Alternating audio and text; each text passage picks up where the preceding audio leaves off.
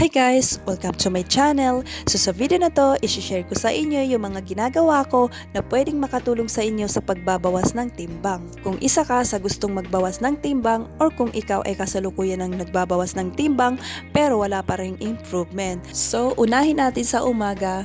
So tayo mga Pilipino sa umaga ay ang hinahanap talaga natin ay ang kaping mainit. So ako sa umaga pag nga nagkakape ako ay hindi na nga ako naglalagay ng Coffee Mate.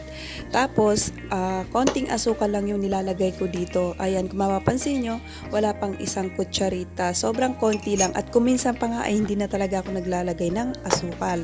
So, yan yung step number 1. Una, aalisin na natin ang Coffee Mate or any kind of milk. Kailangan ay konting asukal lamang o di kaya ay Nescafe lamang.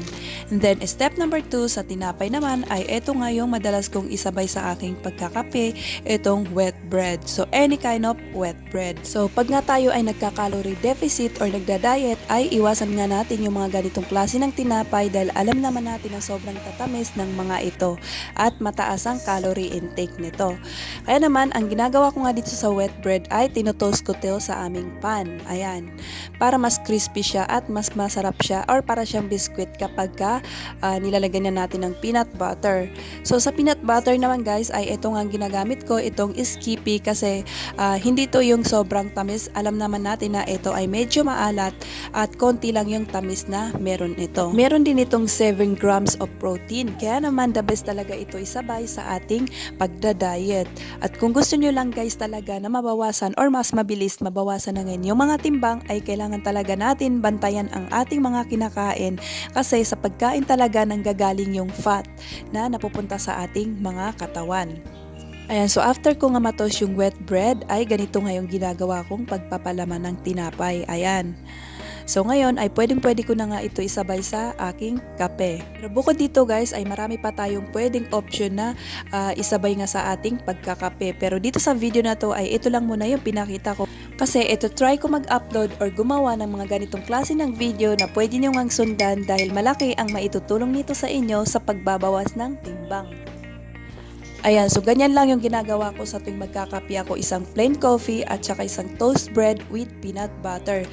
Sa ganitong klaseng pagkain nga sa araw-araw ay malaki ang naitutulong nito sa atin para mabawasan ang ating mga timbang at mas mabilis tayong papayat. Tapos guys, sa almusal naman ay itong okra nga ang bala kong lutuin. Ayan, kung mapapansin nyo ay tinatanggalan ko na nga ng malalaking part or yung matitigas na part. Tapos ang gagawin ko nga dito mamaya ay i-steam ko lang. So bukod dyan ay meron din akong kamote dito. Ayan, ilalaga ko nga lang ito. Naubusan nga pala kami ng gasol, kaya naman wala dyan yung gasol namin, dinala ng asawa ko. Buti na lang ay meron kaming super kalat.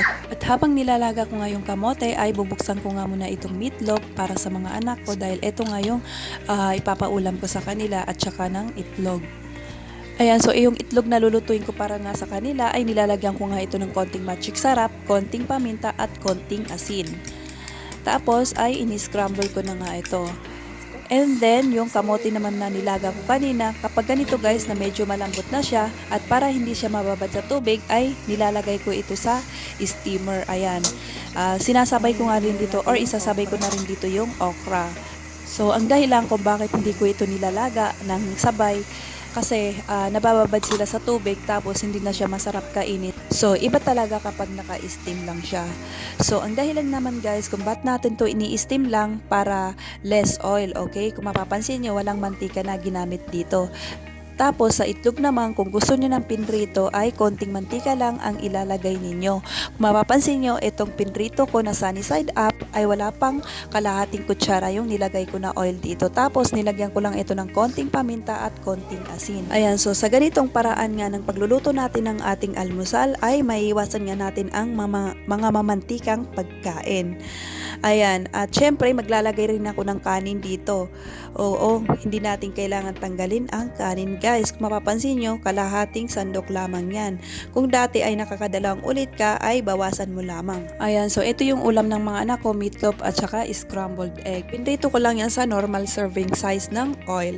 Tapos yung sa akin ay halos wala na nga mantika na nakasama dyan. Kung meron man ay sobrang konti nga lang.